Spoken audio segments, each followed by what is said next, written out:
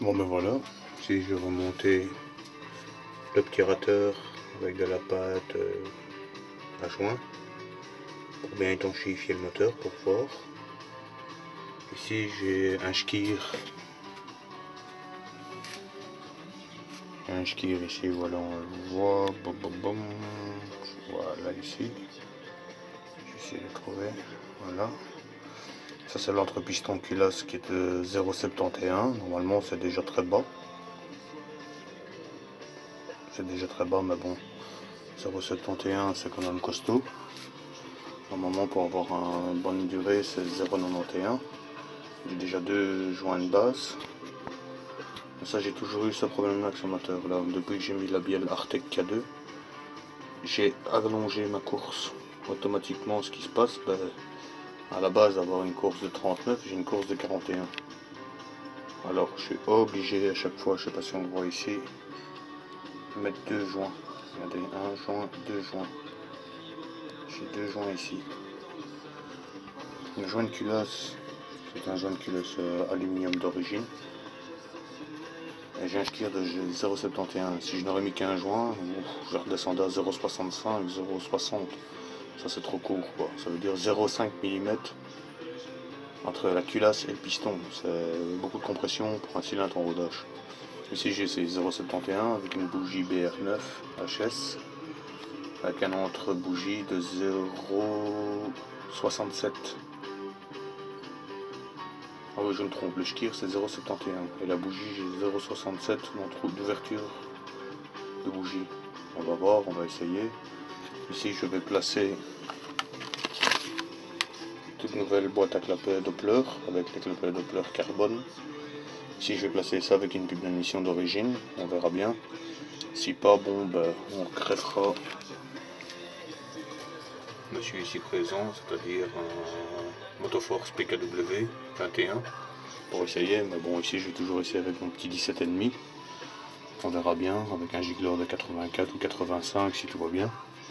Si pas, ben, je monterai à 90 avec une boîte à air Doppler box. Ici je n'ai qu'un trou qui est foré. Bon maintenant on essaiera de faire une deuxième ouverture dans un Deventuri.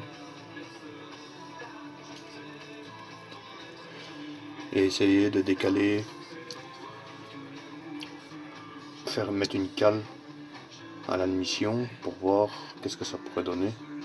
Ici la cale je l'ai déjà. Attention, ici on peut retomber dans le noir.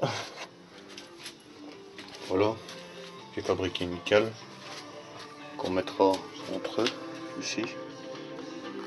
Une cale pour voir, pour reculer un peu les clapets pour avoir une meilleure admission. On va essayer, je verrai bien, si ça va, ça va, si ça va pas, ben bon, il n'y a qu'à l'enlever et refaire, quoi, et remettre les clapets d'origine. Mais bon, à la base, je vais essayer avec les clapets d'origine et après on verra bien avec la cale. De toute façon, je dois encore l'usiner parce que bon, elle n'est pas assez grande pour passer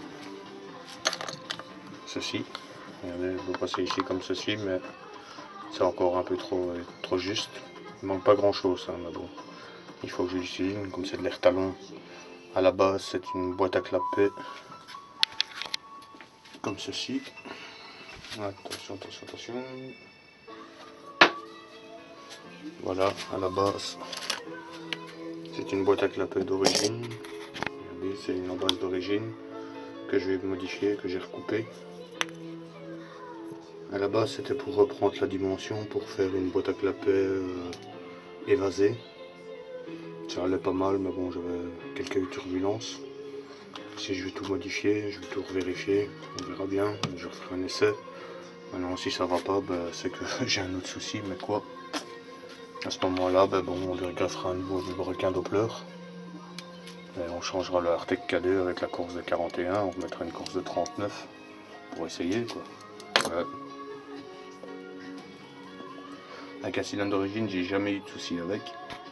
J'ai quand même fait 10 000 km. Ici, je dis bon, bah, je vais changer le cylindre parce que bon, le cylindre avait 23 000 et une fois flotte, presque 24 000 km. Il était bien usé. Ici, j'ai remis un top performance, mais je crois que je vais avoir quelques modifications à faire.